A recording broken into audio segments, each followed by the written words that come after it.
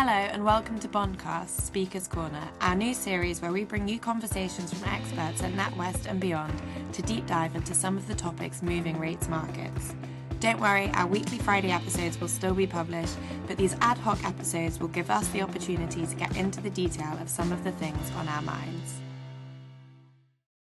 This week, following news of the signed MOU and reopening of the Strait, coupled with a marked recovery in oil prices, I thought what better time than to bring on one of our in-house economists, Aastha Gupta, who focuses on global trade. If you listen to our other NatWest podcast, Trade Links, you might be very familiar with Aastha, but since oil prices and the focus on the Strait have been so meaningful for rates markets in recent weeks, it made sense to broaden out the discussion here as well and reflect on whether the recovery of oil prices is a true reflection of the recovery in shipping flows that we should expect, or if markets are, in fact, getting ahead of themselves. So let's start there then, perhaps, Aastha. We've seen this significant recovery in oil prices. In fact, they've got back to pre-war levels. And there's been lots of optimism around, the potential for lasting peace and a deal out of the region as the MOU was eventually signed. Has the resumption of shipping volumes so far reflected that optimism in market pricing? Not really, Imogen. And I think that's actually one of the key takeaways. What we've seen is a very sharp repricing in markets, wherein oil prices have fallen from the peaks of $115 to $120 back into a range of mid-70s. And freight rates have also started coming down quite quickly as well. But when you look at the physical indicators, it's a much slower story.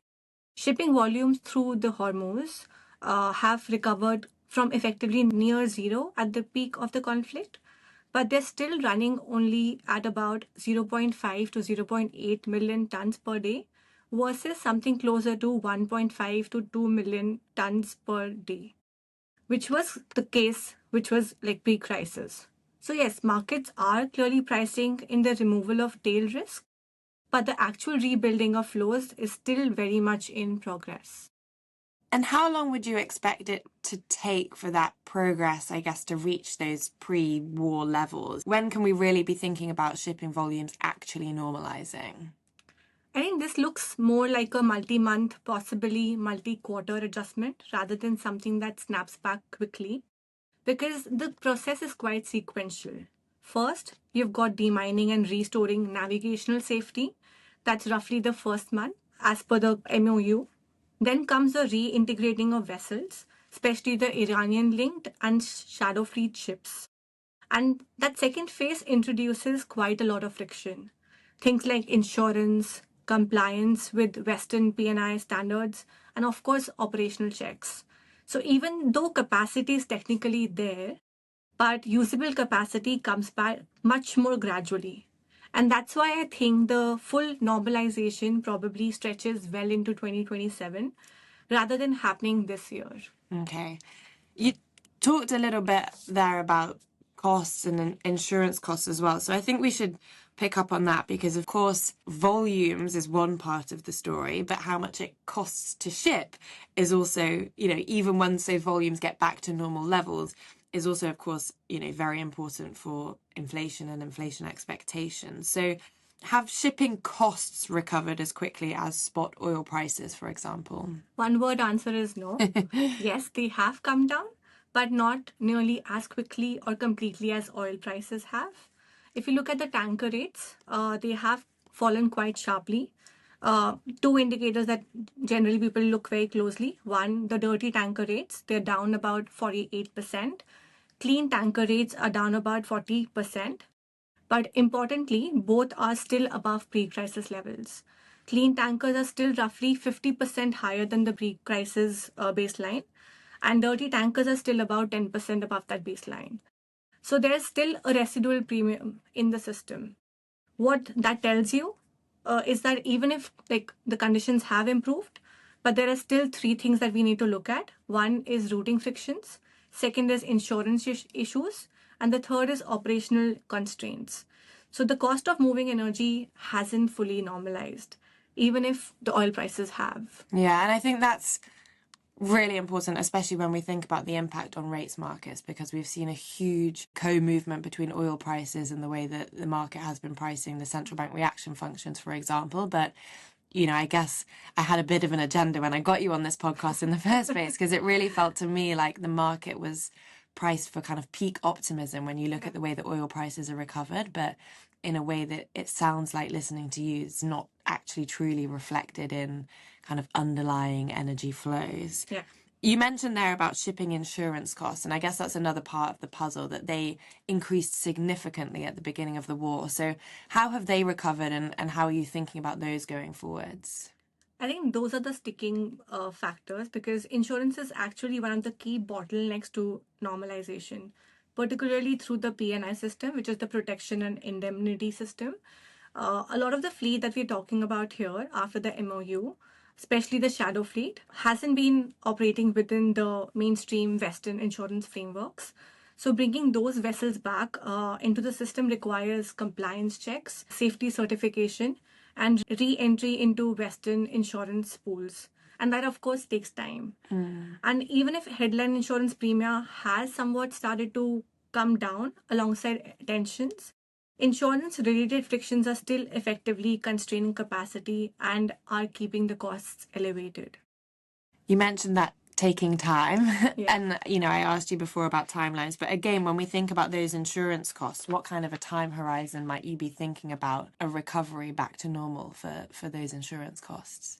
Because there are so many moving parts to it. So again, until and unless there is, a trust sort of coming back to the pre-crisis normal levels, because if you heard about news over the last few days as well, there are so many moving parts to this negotiation process as well.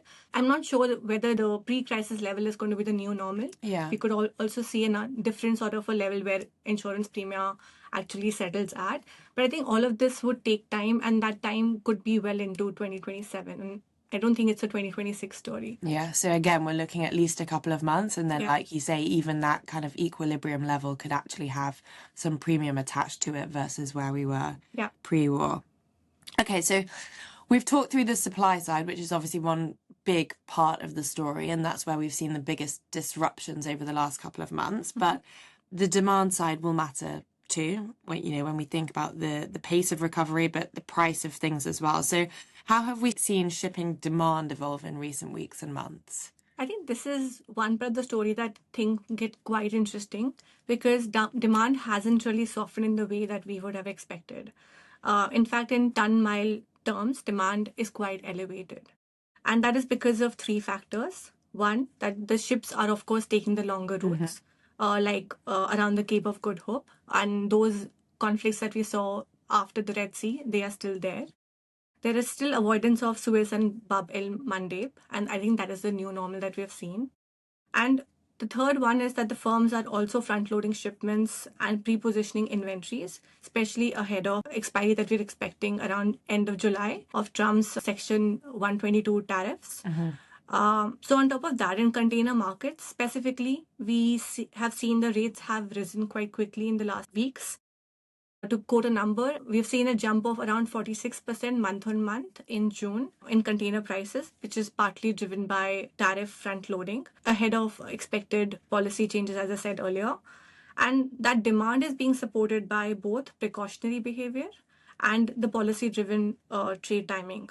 So I guess putting together what you've said on the demand side in terms of that behavior remaining elevated on the supply side, I sort of alluded to it already in the middle of this podcast, but, my personal sense is that oil prices reflect a far more swift recovery than we're likely to see in actual physical flows and the cost of those flows. I mean, of course, my basis for that is that oil prices have recovered to pre-war levels. Now, you might say that pre-war levels were already including some kind of war premium.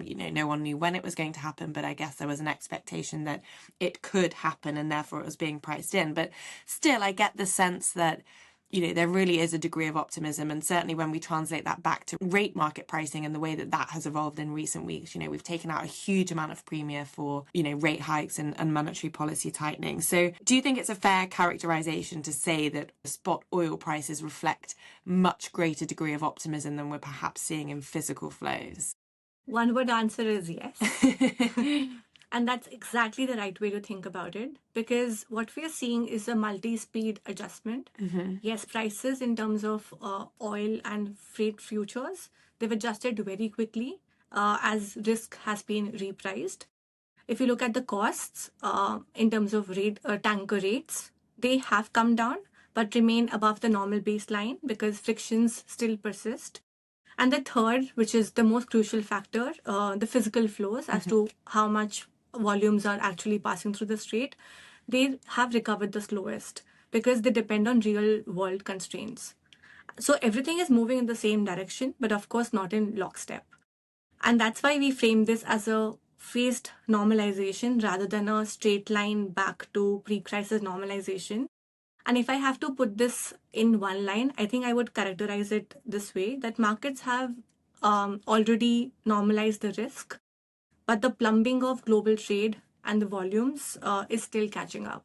Yeah, and I think that, again, going back to what I was saying, that's important when we think about inflation expectations because, you know, I speak with a kind of UK hat on here, but we've had a lot of pushback on our view that the Bank of England might still hike rates given these kind of geopolitical and global developments. But actually, when I listen to you, I feel, it's a bit of confirmation bias here, but I feel sort of reinvigorated in that slightly more hawkish view and still expecting rate hikes because it feels like there is still some, plumbing in the system that can create inflationary pressures even as we get a deal and perhaps peace. And then perhaps the other point to make there as well is that this path to peace isn't linear. And we've seen that we're recording this on the 30th of June. So it'll be a couple of days before this podcast comes out and there could be, some news flow in between now and then. But certainly we're recording this on Tuesday the 30th, and over the weekend even we've had news of fresh strikes and the ceasefire being tested. So it's not only, I guess, around the shipping dynamics, but also in the longevity of any peace deal as well, which feels like there needs to be perhaps some premium priced into markets that maybe hasn't yet been accounted for. Thank you, Aastha, for coming on. This was just a taster of the types of discussion that you have with NatWest International Advisor Scott Livingston over on TradeLinks podcast. So if anybody was listening to this and would like to hear more from Aastha, then please do search TradeLinks wherever you get your podcast, just like Bondcast, and you will be able to hear more of her views.